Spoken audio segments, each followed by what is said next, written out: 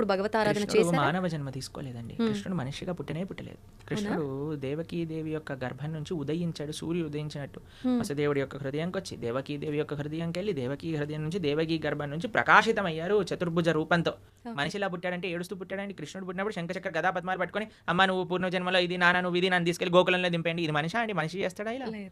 కానీ ఆయన భగవంతుడి తిరిగిన మానవ జన్మ విధానము కాదు. అంతా కూడా ఎలా అండి ఆ రోజుల్లో పూతన రాక్షస చంపే తృణావర్తిని చంపే శకటాసుర కేసి హరిష్టాసుర ప్రలంబాసుర ఆ సుల్నందని చంపేసి గోవర్ధన అని ఎత్తేసి ఫారెస్ట్ పైన మింగేసి మనిషి చేయగలుగుతాడా? అంటే మానవ రూపంలో కృష్ణ ఉన్నాడు పరమాత్మ కాబట్టి. మానవ రూపంలో కూడా కాదు. కందర్ప కోటి కమనీయ విశేష శోభం.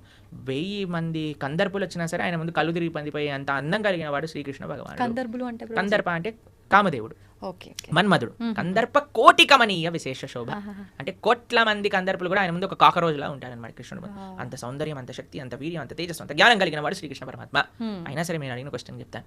బృందావనంలో కృష్ణుడి పట్ల ఎంత ప్రేమ ఉండేది బ్రజవాసులకి అంటే ఏదైనా సంహరించిన ఇంత పెద్ద పూతన అనే రాక్షసిని సంహరించిన చిట్టు చివరికి వాళ్ళ అమ్మ తీసుకొచ్చి ఆవు తోక తీసుకొని కృష్ణుడికి దిష్టి తిప్పి అయ్యో మా తమకి దిష్టి తగిలింది కదా నారాయణుడు రక్షింపుగాక. ఇప్పటికీ మీరు బృందావనంలో నందగావ్ అనే ప్రదేశానికి వెళ్తే నందమహారాజ్ ఆరాధన చేసిన శేషశాయి విష్ణు యొక్క మూర్తి అక్కడ కనిపిస్తుంది అనమాట.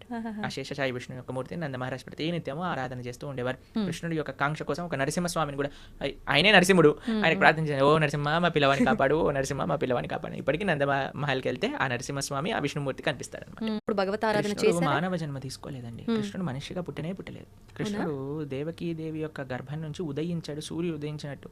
వసుదేవుడి యొక్క హృదయంకి వచ్చి దేవకీదేవి యొక్క హృదయంకి వెళ్ళి దేవకీ హృదయం నుంచి దేవకీ గర్భం నుంచి ప్రకాశితమయ్యారు చతుర్భుజ రూపంతో. మనిషిలా పుట్టాడంటే ఏడుస్తూ పుట్టాడండి. కృష్ణుడు పుట్టినప్పుడు శంఖచక్ర గదా పద్మాలు పట్టుకొని అమ్మ నువ్వు పూర్వజన్మలో ఇది నాన్న నువ్వు ఇది నన్ను తీసుకెళ్లి గోకులంలో దింపండి. ఇది మనిషి అండి, మనిషి చేస్తాడా ఇలా? కానీ ఆయన భగవంతుడి తిరిగిన మానవ జన్మ విధానము అంతా కాదు. కూడా ఎలా అండి ఆ రోజుల్లో పూతన రాక్షస చంపే తృణావర్తిని చంపే శకటాసుర కేసి హరిష్టాసుర ప్రలంబాసుర ఆ సుల్నందని చంపేసి గోవర్ధన అని ఎత్తేసి ఫారెస్ట్ పైన మింగేసి మనిషి చేయగలుగుతాడా? అంటే మానవ రూపంలో కృష్ణ ఉన్నాడు పరమాత్మ కాబట్టి. మానవ రూపంలో కూడా కాదు. కందర్ప కోటి కమనీయ విశేష శోభం. 1000 మంది కందర్పులు వచ్చినా సరే ఆయన ముందు కళ్ళు తిరిగి పందిపోయి అంత అందం కలిగిన వాడు శ్రీకృష్ణ భగవానుడు. కందర్బులు అంటే బ్రో? కందర్ప అంటే కామదేవుడు, ఓకే ఓకే. మన్మధుడు. కందర్ప కోటి కమనీయ విశేష శోభ అంటే కోట్ల మంది కందర్పులు కూడా ఆయన ముందు ఒక కాకరోజులా ఉంటారనమాట కృష్ణుడు. అంత సౌందర్యం, అంత శక్తి, అంత వీర్యం, అంత తేజస్సు, అంత జ్ఞానం కలిగిన వాడు శ్రీకృష్ణ పరమాత్మ. అయినా సరే నేను అడిగిన క్వశ్చన్ చెప్తాను.